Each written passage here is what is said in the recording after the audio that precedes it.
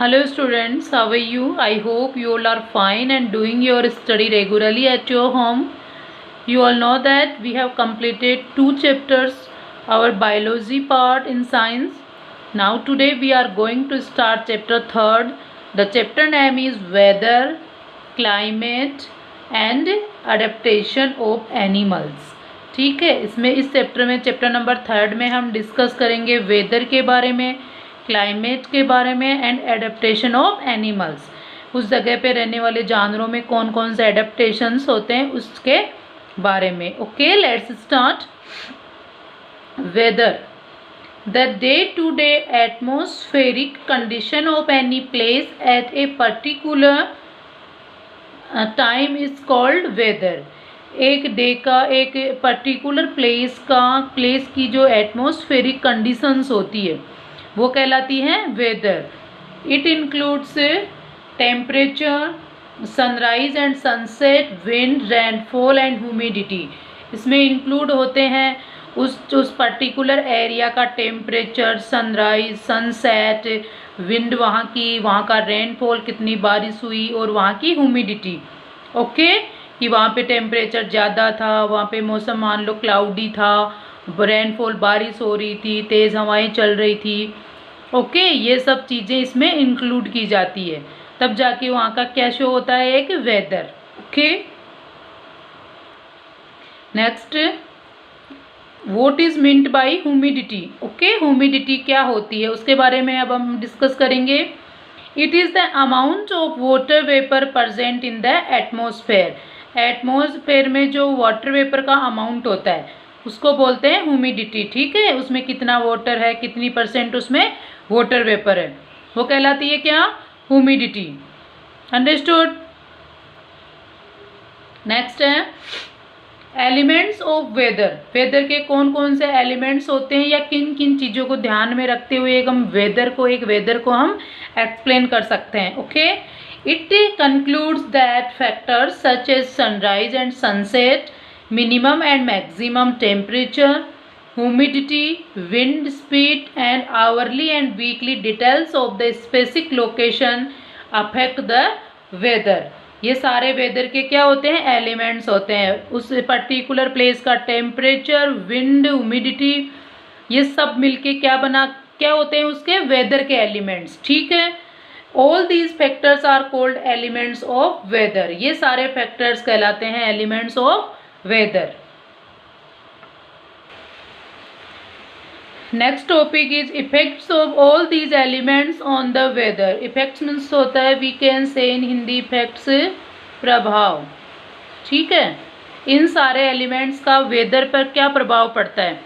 First है, हम सारे एलिमेंट्स का सेपरेटली अलग अलग डिस्कस करेंगे, कौन से एलिमेंट का वेदर पर क्या इफेक्ट पड़ता है। Okay, first is sunrise and sunset. Weather becomes hot if sun shines brightly in the sky. Weather hot होगा अगर सन है ना ब्राइटली शाइन करेगा स्काई में। And becomes cool when there is less sunlight, और ठंडा हो जाएगा जब वहाँ पे सनलाइट कम होगी। ठीक है, ये तो आप सबको पता है, नॉर्मली हमें पता होता है। अगर सन बहुत तेज़ ब्राइट करेगा, मीन्स बहुत तेज़ चमकेगा, सनशाइन तेज़ होगा तो वेदर हॉट होगा, और अगर सनशाइन कम होगा तो वेदर कूल होगा।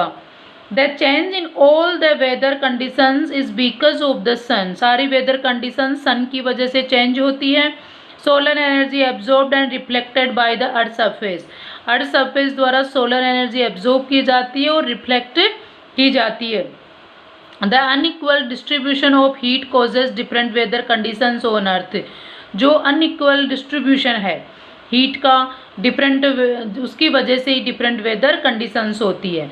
मीन्स जो जहाँ पे कई रीजन्स में सनलाइट होती है वो बिल्कुल सीधी पड़ती है सनरेज, तो वहाँ का टेम्परेचर हाई होता है, और बाकी के जो होते हैं पोलर रीजन्स होते हैं, ठीक है, जो उन पे उनकी पोलर रीजन्स पे सन की किरणें बिल्कुल तिरछी और कम मात्रा में पहुँचती है, तो वहाँ का टेम्परेचर बहुत ही एक्सट्रीमली कूल होता है। ओके, और वहाँ पे ऑलवेज क्या जमी रहती है, बर्फ जमी रहती है। ठीक है, समझ आ रहा है ना। तो अब इफेक्ट पड़ रहा है ना सन का वेदर कंडीशंस पे, ठीक है। जहाँ पे सनलाइट ज़्यादा पहुँचेगी वहाँ का टेम्परेचर हाई होगा, और जहाँ पे कम पहुँचेगी वहाँ का टेम्परेचर मिनिमम होगा। Understood? Maximum and minimum temperature. Next जो एलिमेंट है जो वेदर को इफेक्ट करता है, सेकंड है अपना maximum and minimum temperature. It is the degree of hotness और coldness of a body. Maximum और मिनिमम टेम्परेचर होता है किसी भी बॉडी के टेम्परेचर का, हॉटनेस वहाँ की हॉटनेस और वहाँ की coldness. Atmospheric temperature, the temperature of atmosphere is called the atmospheric temperature. Atmosphere का जो टेम्परेचर होता है कहलाता है क्या? Atmospheric temperature. It is measure of the heat content of a place. इसमें हीट कंटेंट को मेजर किया जाता है। It is usually minimum early in the morning, जो सुबह जल्दी अर्ली इन द मॉर्निंग में ये मिनिमम होता है, और मैक्सिमम होता है नून में, ठीक है। दोपहर में ये मैक्सिमम होता है, ठीक है। समझ आ गया मिनिमम कब होता है और मैक्सिमम कब होता है। It is measured in degree Celsius. Temperature को मेज़र किया जाता है डिग्री सेल्सियस में, जिसको हम कंप्रेस करते हैं डिग्री सेल्सियस में लिखते हैं शॉर्ट फॉर्म में, और उसके बाद डिग्री फ़ारेनहाइट, जिसको लिखते हैं हम डिग्री फ़ारेनहाइट, FB लिखते हैं। शॉर्ट फॉर्म है ये डिग्री सेल्सियस की ये, और डिग्री फ़ारेनहाइट की ये। Okay, see this diagram, this is the diagram of maximum minimum thermometer, ठीक है। ये थर्मामीटर है जिससे क्या मेजर किया जाता है? टेम्परेचर, मैक्सिमम और मिनिमम टेम्परेचर। इसमें क्या होता है? मरकरी होती है, उसके ऊपर एल्कोहल होता है। जैसे जैसे टेम्परेचर बढ़ता है एल्कोहल एक्सपेंड होता है और मरकरी ऊपर की ओर खिसकती जाती है। तो यहाँ पे ये मैक्सिमम शो होगा और इधर मिनिमम नीचे चला जाएगा, और जैसे ही टेम्परेचर कम होगा वो कॉन्ट्रैक्ट होगी, ठीक है, मीन्स वो सिकुड़ेगी, जिससे क्या होगा? मरकरी, ये जो मरकरी है वो नीचे आती जाएगी, और क्या शो हो जाएगा? Minimum temperature. Okay, next element जो अपने वेदर को इफेक्ट करता है वो है humidity. The amount of water vapours present in the air is called humidity. Water vapour का अमाउंट जो एयर में प्रेजेंट होता है कहलाता है humidity. The humidity can be expressed in 2 ways. Humidity 2 ways में एक्सप्रेस की जा सकती है। First is absolute humidity and second is relative humidity. Let's see what is meant by absolute humidity and relative humidity. First is absolute humidity, the measure of water vapor in the air at any point of the time regardless of temperature is called absolute humidity. वह measurement water vapour का air में any point time regardless, किसी भी point का उस time से regardless उस time पे या उस टेम्परेचर पे, वो कहलाती है absolute humidity. Next is relative humidity. This measure water vapour, ये वाटर वेपर को ही मेजर करती है, but relative to the temperature, temperature से रिलेटिव ऑफ एयर में। It is the ratio of the amount of water vapour present at the current temperature. ये water vapour के ratio को मेजर करती है। And the maximum amount of water vapour, और अधिकतम amount water vapour का that the air can hold, एक जगह की एयर उसको होल्ड कर सकती हो एट दैट टेम्परेचर। मीन्स कितनी वाटर वेपर कितने रेशियो को एयर उस टेम्परेचर पे मैक्सिमम अमाउंट में होल्ड कर सकती है, उसको मेजर किया जाता है, उसको बोलते हैं हम relative humidity. Instrument use to measure relative humidity is hygrometer. ये इंस्ट्रूमेंट है जिसके द्वारा रिलेटिव ह्यूमिडिटी को मेजर किया जाता है। Okay, see in this diagram, this is hygrometer and this instrument is used for measure the relative humidity. ठीक है, ये यहाँ से मेजर करके हम देख सकते हैं। ठीक है, ये नंबर्स लिखे हुए हैं, और जिस स्थान की हमें ह्यूमिडिटी मेज़र करनी है वहाँ पे इसको रख के इससे रिलेटिव ह्यूमिडिटी हम मेज़र कर सकते हैं। Okay, now next element is rainfall, जो वो वेदर को इफेक्ट करता है। When humidity is almost 100% and fall in temperature, जब ह्यूमिडिटी 100% हो जाती है और टेम्परेचर लो हो जाता है, the water vapours in the air condense, तब उस जो एयर में वाटर वेपर प्रेजेंट होती है वो कंडेंस हो जाती है, मीन्स ठंडी हो जाती है, लिक्विड में कन्वर्ट हो जाती है।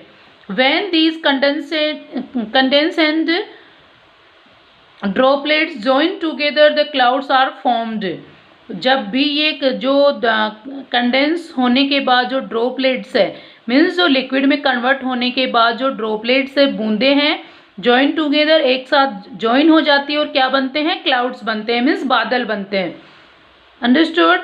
एज मोर क्लाउड जॉइन, जब बहुत सारे बादल ज्वाइन हो जाते हैं, दे बिकम वेरी हैवी, वो बहुत भारी हो जाते हैं। दे फॉल एज रेनफॉल, और फिर बारिश के रूप में वो गिरते हैं। Okay. At high altitudes the temperature is low, high altitude होता है मीन्स सी लेवल से ऊंचाई, ठीक है, उसको बोलते हैं एल्टीट्यूड। वहाँ पे टेम्परेचर इज लो, वहाँ पे टेम्परेचर कम होता है। Hence the falling water droplets get converted into snow, वहाँ पे जो ड्रॉपलेट्स गिरती है पानी की वो किस में कन्वर्ट हो जाती है, स्नो में। Okay. A low atmospheric temperature can also condense the water vapour near the ground, this is called fog. Low temperature हो जाता है अपने ग्राउंड के पास, तो वहाँ भी वाटर वेपर कंडेंस हो जाती है, उसे हम क्या बोलते हैं, फोग बोलते हैं। Okay. Instrument use to measure the amount of rainfall, rain gauge. Okay, वह इंस्ट्रूमेंट जो रेनफॉल के अमाउंट को मेजर करने के लिए यूज किया जाता है, क्या कहते हैं उसको, rain gauge. Now see in this diagram, this is instrument rain gauge, this is used to measure the rainfall. Okay. Next element is wind, ठीक है, जो वेदर को इफेक्ट करता है। Wind affects the weather conditions, wind weather conditions को effect करती है। Oceans and different landforms on earth lead to different rates of absorption and reflection of solar radiation, जो अलग अलग लैंड फॉर्म्स होते हैं, ओशियंस होते हैं, अलग अलग रेट्स का में एब्जॉर्ब करते हैं हीट एनर्जी को और रिफ्लेक्ट करते हैं सोलर एनर्जी को, ठीक है। सब का अलग अलग रेशियो होता है, कहीं ज़्यादा एब्जॉर्ब करते हैं तो कहीं पे कम एब्जॉर्ब करते हैं। This cause uneven heating of the earth surface, इसकी वजह से अनइवन हीटिंग होता है अर्थ सरफेस पे एंड एयर में। It causes movement of air which is called wind, इसकी वजह से ही हवाएं चलती है जिसे हम विंड कहते हैं।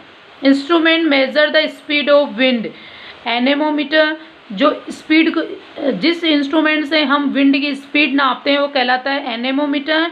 Instrument measure the direction of wind, wind van.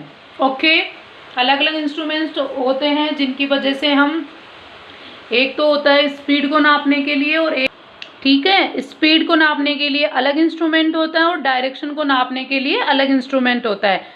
तो स्पीड को नापने के लिए एनेमोमीटर एंड डायरेक्शन को नापने के लिए wind vane. Understood. Now see in these diagrams, first is anemometer, this is used for speed of wind, इससे हम नापते हैं विंड की speed. And this is wind vane, इससे हम नापते हैं विंड की direction. Understood everybody? Okay, now I think enough for today. About remaining topics we will discuss in our next video. Watch video carefully, make proper notes and learn also. Thanks and have a nice day.